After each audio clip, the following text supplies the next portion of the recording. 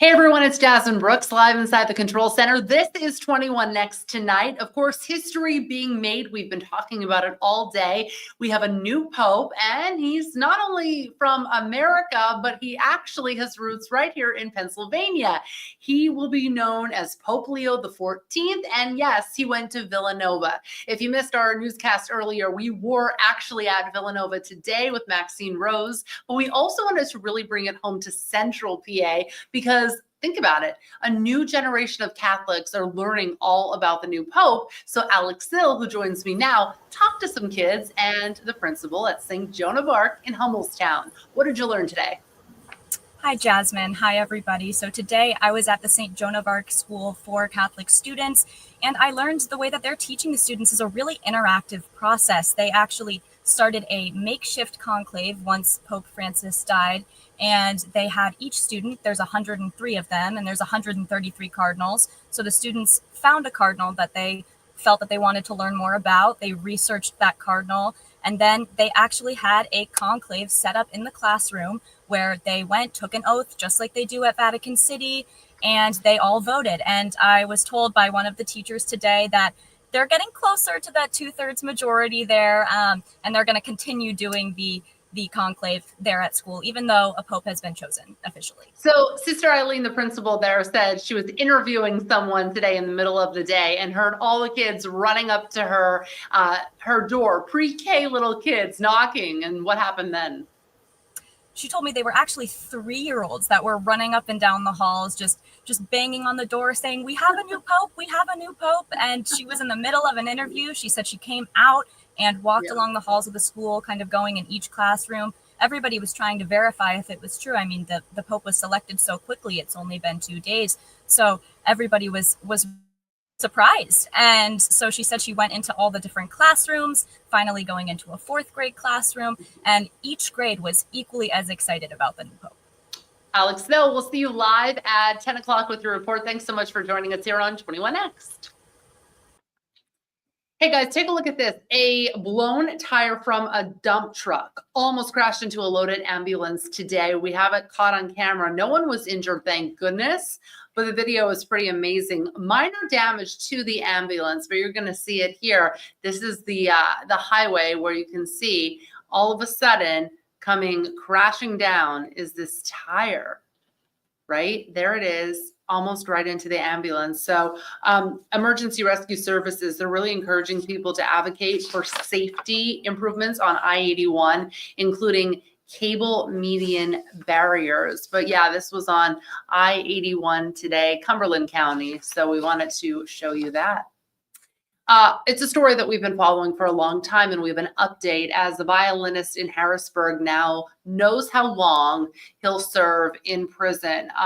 We're talking up to 3 decades for the man you see on your screen in orange. It is Odin Rantham.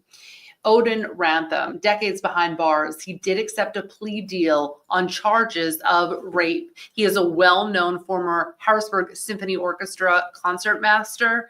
And basically what we've learned is this all comes 2 months after his attorneys hope for not only a shorter sentence, but sex offender counseling. But he's accused of raping an underage girl, and alleged audio recordings backs up those accusations. He's going to spend between 15 and 30 years in prison. He's a violinist in the former Harrisburg Symphony Orchestra concertmaster, and he is going to spend up to 30 years in prison for charges of rape after taking a plea deal. All right, well, I feel like in the news a lot lately, it's like we're talking Rudders, we're talking Sheetz, we're talking all those big gas stations / convenient marts, you know, stop for food, MTO, whatever. Sheetz is in the headlines right now again. And Wawa, you know, Tom's going to join in. He'll fill me in on any that I miss. But Sheetz just named one of America's most innovative companies by a Pennsylvania company. And so it's a really popular convenience chain, but recognized for its relentless drive to stay ahead of the curve in delivering new ideas, products, and initiatives to all the customers. It's the only convenience chain included on this year's list. I do want to bring in Tom. So Tom, yes, innovative. Would you consider Sheetz innovative? Yeah, I mean they're very competitive with Wawa. They got like a little war going on, but you got Rudders, you got Turkey Hill, 7-Eleven's no slouch. I mean, they're all playing in the same space, but it's getting very, very competitive. Who has Tom? When you were growing up, which did you go to? Because I always had Turkey Hills in my neighborhood. Right. So I grew up in Maryland. We had Highs was named one of them. 7-Eleven was the big one. So it was a competition kind of between Highs and 7-Eleven. Of course, they weren't as prevalent back when we had the wagons. You know, it wasn't until we got cars, Jasmine, that they started to. Oh, you know. I figured I'd make the old joke before you did. But as a kid, I remember saving up my pennies and walking to 7-Eleven to get a Slurpee. So that's my big. Very cool. Very cool. All right, talk about the weather now. You don't want to hear my 7-Eleven stories. It's a really ugly pattern. It's like a slushy from Mother Nature, a Slurpee, if you will. Tomorrow, really overnight, we're already seeing the rain fill in on the radar. So it's going to be a steady rain, a soaking rain. Here's the worst part, Jasmine. Not just a bad hair day, but we're talking about 50s for highs. You're going to need jackets again. It's going to be very, very chilly. So not getting out of the 50s tomorrow. And then the good news is we cleared out for the weekend. Windy 72 on Saturday.